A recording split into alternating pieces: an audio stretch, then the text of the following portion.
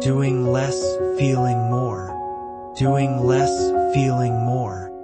At some point, many people notice something strange. They are doing more, but feeling less. Days are full. Schedules are packed.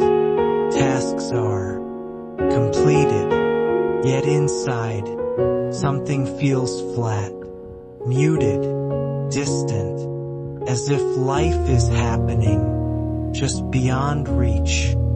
The era of constant doing. Modern life rewards doing.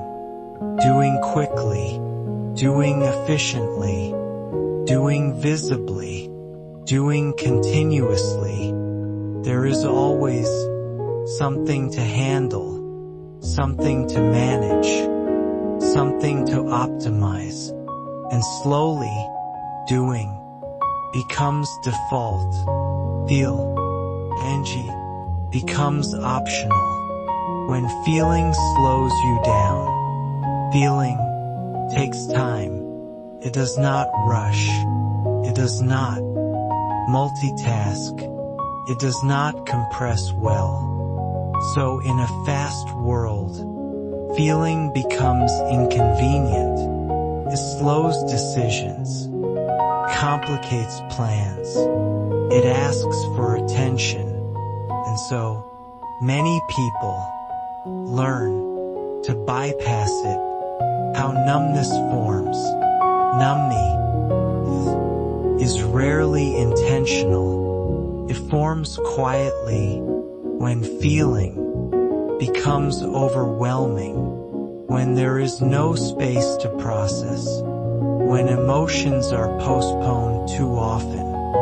Your system learns to turn the volume down, not to disappear, but to survive.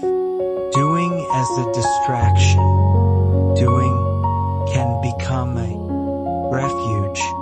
As long as you're busy, you don't have to feel loneliness. You don't have to feel uncertainty. You don't have to feel grief. You don't have to feel fear. Movement creates distance from what's inside. But distance also removes richness. What doing less actually means. Doing less is often misunderstood. It does not mean neglect. Tea does not mean apathy. It does not mean quitting life. It means creating room for sensation, room for emotion, room for awareness. Less doing creates conditions for feeling to return. Feeling more is not always pleasant. When feeling returns, it is not always gentle. You may feel sadness. You may feel boredom. You may feel restlessness. You may feel grief you postponed.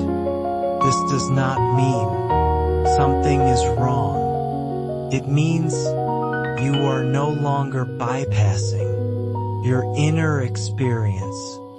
The courage to stay with experience. Feeling more requires courage. The courage to stay, to not immediately distract, to not label everything, to not rush to resolution. It asks you to be present without fixing, to notice without controlling. When less activity brings more life, as doing softens, something unexpected happens. Colors feel stronger. Sounds feel closer. Me feels wider. Moments feel fuller.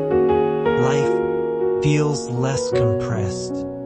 Not because more is happening, but because you are there for what is happening. Relearning emotional range.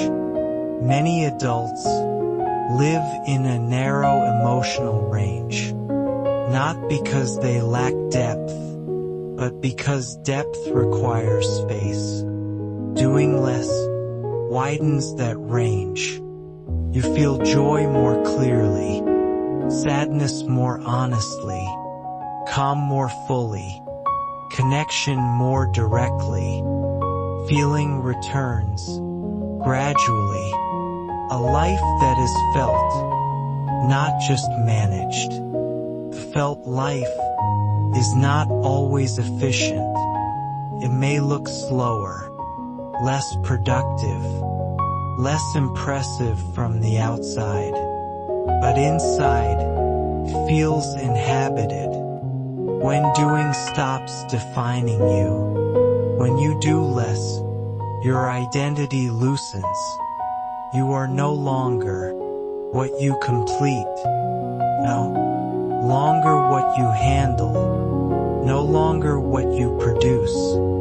You begin to notice who you are when nothing is required, and that presence is often enough. You are not managing yourself. You are not observing from distance. You are living from within.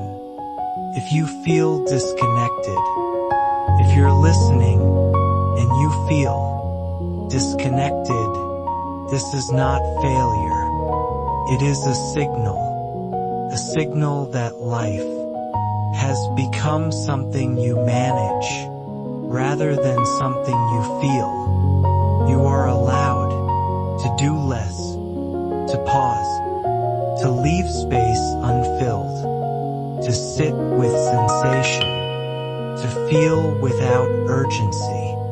Doing less does not shrink your life. It gives it back. Doing less, feeling more, is not indulgence. It is return. Good night.